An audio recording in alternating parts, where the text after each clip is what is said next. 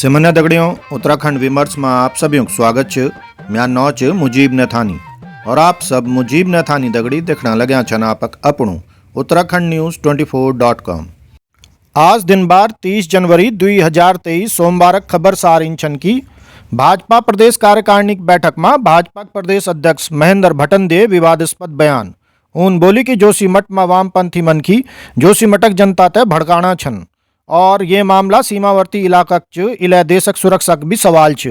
उन बोली कि वामपंथी मनखी यख धार्मिक यात्रा नहीं होने देना चाहता छन वक अजय कै भी मनखी जान मालक हानि नहीं हुए छ और वामपंथी एनटीपीसी जन डैमोक विरोध में ये सब करना छन।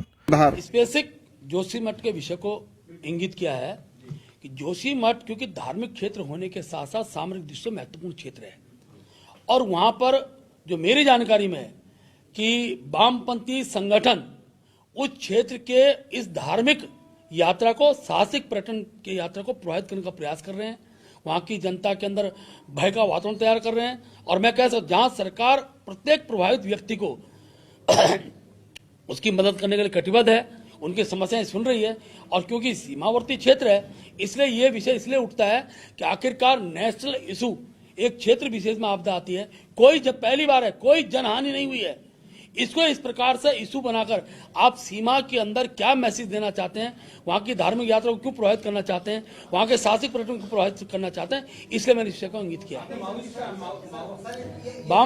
वामपंथी शब्द है। देखिए मैंने कहा कि वामपंथ की जो सोच रही है वो अनेकों जो बड़े प्रोजेक्ट लगते हैं उनके खिलाफ सदैव रही है। वह एनटीपीसी का प्रोजेक्ट अभी तक ये क्लियर नहीं हुआ, एनटीपीसी के कारण ये हुआ है। एनटीपीसी बने हुए क्योंकि काम समाप्ति की ओर था और अभी वैज्ञानिकों ने स्पष्ट नहीं किया है कि इसके कारण ये स्थिति उत्पन्न हो रही है। तो आखिरकार इस विषय को लेकर आप सीमावर्ती क्षेत्रों के विकास को अवरुद्ध करने का कौन सा कार्यक्रम लिए हुए बैठे हैं? आपका कहने का मतलब अंदरूनी जो वामपंथी लोग हैं उन्हीं पर आपका इशारा है? हाँ, निश्चित रूप मैं कह रहा हूँ जो भी क्योंकि बहुत क्लियर हो गया है कि उस आंदोलन की पृष्ठभूमि में आईसा, सीपीआई ये इस प्रकार के राजनीतिक दल के कार्यकर्ता लगे हुए हैं और शुरू से ही जब एक नारा लगा था भारत चीन भाई भाई, उस नारे की क्योंकि सीमावर्ती क्षेत्र है, आखिर आप क्या दर्शाना चाहते हैं? हमारी चिंता इस बात की है कि उत्तराखंड का पर्यटन बाधित न हो और मेरा सीधा आरोप है कि इस प्रकार का वातावरण बनाने वाले लोग उत्तराखंड के साहसिक पर्यटन को, चारधाम यात्रा के पर्यटन को प्रभावित कर रहे हैं। वहाँ के जो व्यापार मंडल के लोग हैं वो दुखी हैं, उनका कहना है कि हमारा व्यापार इस प्रकार इसके कारण चौपट हो रहा है। इसलिए मेरा ये सीधा आरोप है आखिरकार उत्तराखंड की धार्मिक यात्रा को, साहसिक पर्यटन को केवल उसको रोकने का जो कुप्रचार हो रहा है उसका मैं विरोध करता हूँ। उत्तराखंड विकास पार्टी के सचिव एडवोकेट जगदीश चंद जोशी ने बोली कि मुखड़ी ढंगक नीच तो छुई तो ढंगक करनी चैन। उन बोली कि सन 2010 में जोशीमठक मनख्युन एनटीपीसी के खिलाफ आंदोलन कै छे जैमा एनटीपीसी मानी छे कि जोशीमठ तक खतरा वे सकदू च। इले तबरी एनटीपीसी जोशीमठक घरों बीमा करणक बांड कै छे मगर वे बांडक कभी भी पालन नहीं कै।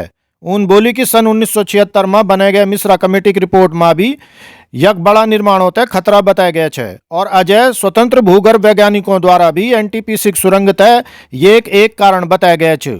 इले प्रदेश अध्यक्ष सफेद झूठ बोलना छन।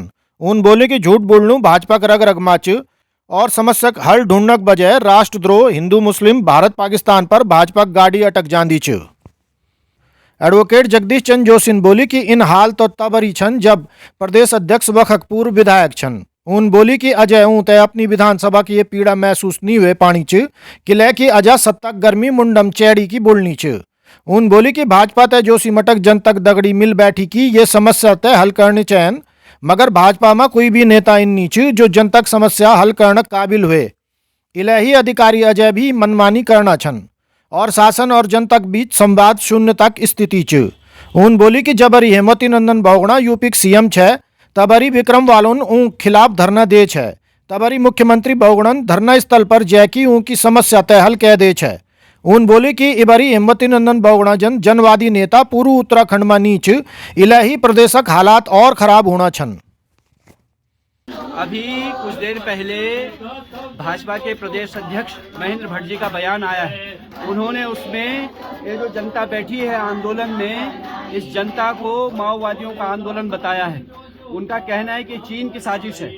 ये महेंद्र भट्ट वही हैं जिनके घर पर हम गए थे और 1 तारीख जनवरी को रात को इन्होंने मुझको अपने घर पर बुलाया था और मुझसे पूछा था कि क्या किया जाना चाहिए जोशीमठ में। उस दिन इन्होंने कहा कि 10 बजे रात इनकी मुख्यमंत्री से मुलाकात है, लेकिन इन्होंने हमको बेवकूफ़ बनाया।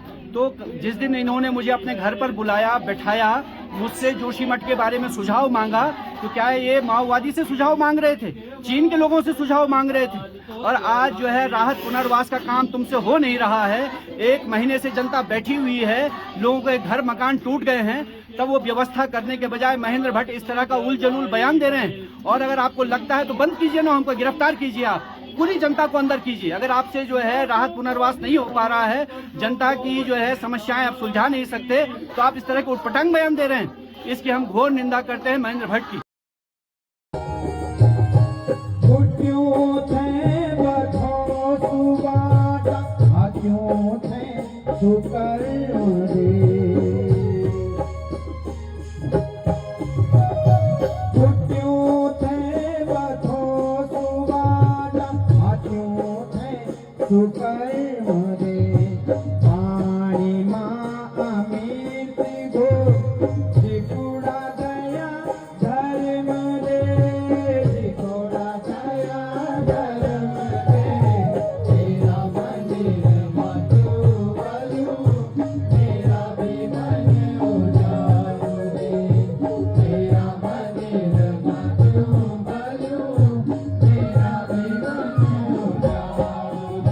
नमस्कार, सलाम।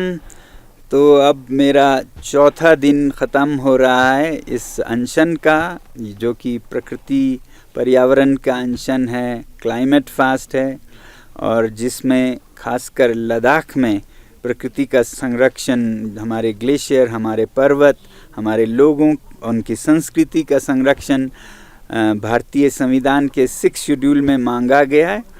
और दूसरी तरफ हर पहाड़ का, हर जंगल का, हर नदी का, हर शहर का संरक्षण हो। हम आज और कल का न देखें, दशकों का देखें, पीढ़ियों का देखें, इस बारे में ये मेरा अनशन था, जो कल 30 जनवरी को ख़त्म हो रहा है। तो कल यहाँ पर बहुत लोग 9 बजे से 6 बजे तक मेरे साथ अनशन करेंगे। बहुतों ने पूछा है, अलग अलग शहरों से, देश से, दुनिया से। तो मैं यही कह रहा हूँ कि आप लोग भी अपनी अपनी जगह से अनशन करें, हमारा साथ दें। और ये सिर्फ हमारा नहीं, आपके आसपास जो जंगल हैं, पर्वत हैं, नदी हैं, उन सब के लिए करिएगा, पूजा कीजिएगा। ये बहुत ही शांतिपूर्ण अनशन है, जिसमें सिर्फ हम पूजा करेंगे प्रकृति के संरक्षण के लिए और कल के भारत, कल के दुनिया को बेहतर बनाने के लिए। तो मेरे साथ जुड़िएगा कल सुबह 9 बजे से शाम को 6 बजे तक एक अनशन रखकर। धन्यवाद, नमस्कार, सलाम। आज ईदगाही। जय उत्तराखंड, जय भारत, जय गैरसैंण।